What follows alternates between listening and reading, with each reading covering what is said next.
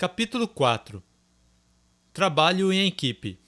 O talento ganha jogos, mas o trabalho em equipe e inteligência vencem campeonatos. Parece que nossa sociedade tem uma tendência a glamorizar o aspecto individual do sucesso, sem levar em consideração o processo como um todo.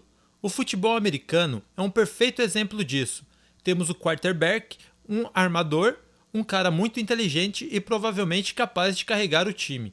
Mas ele não pode fazer isso sem participação dos jogadores que protegem permanentemente, guardas e tackles. E apesar disso, esses caras ganham muito pouco em comparação aos milhões que o armador fatura. Isso não faz sentido. Se ele não tivesse os jogadores na sua frente, seus milhões não valeriam nada. O mesmo acontece nas grandes empresas. De que adianta um executivo ter grandes ideias se não tem as pessoas capazes de fazer acontecer? Se não possui todas as peças em seus lugares, especialmente na linha de frente, essas ideias não significam nada. Podemos ter o melhor vendedor do mundo, mas se o pessoal encarregado da produção não for bom, ninguém vai querer comprar.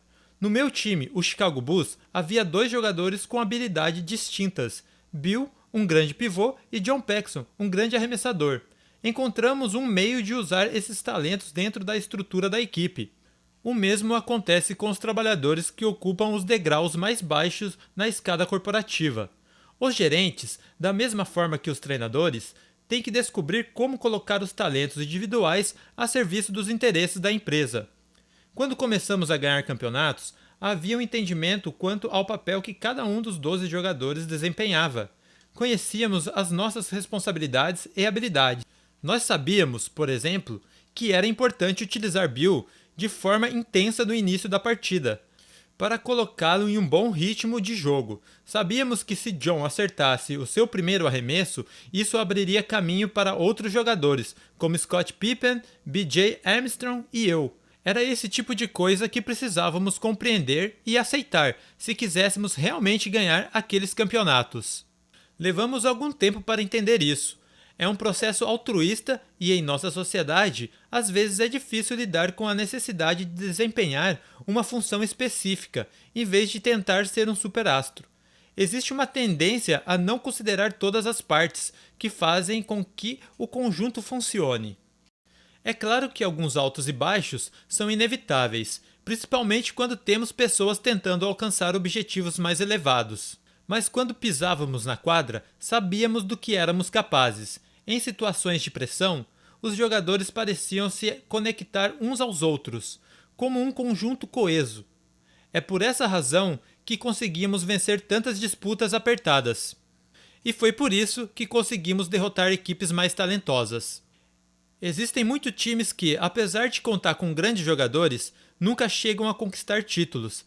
Na maior parte do tempo, esses atletas não se mostram dispostos a se sacrificar pelo interesse geral do grupo. A ironia da situação está em que, no fim, a relutância desses jogadores em se sacrificar pelo bem coletivo só dificulta ainda mais a conquista das suas metas individuais. Se há uma coisa que aprendi na Universidade da Carolina do Norte, e é algo que eu acredite plenamente, é que se você projeta e alcança resultados em termos de equipe, as recompensas individuais acabarão acontecendo naturalmente. O que eu acho disso?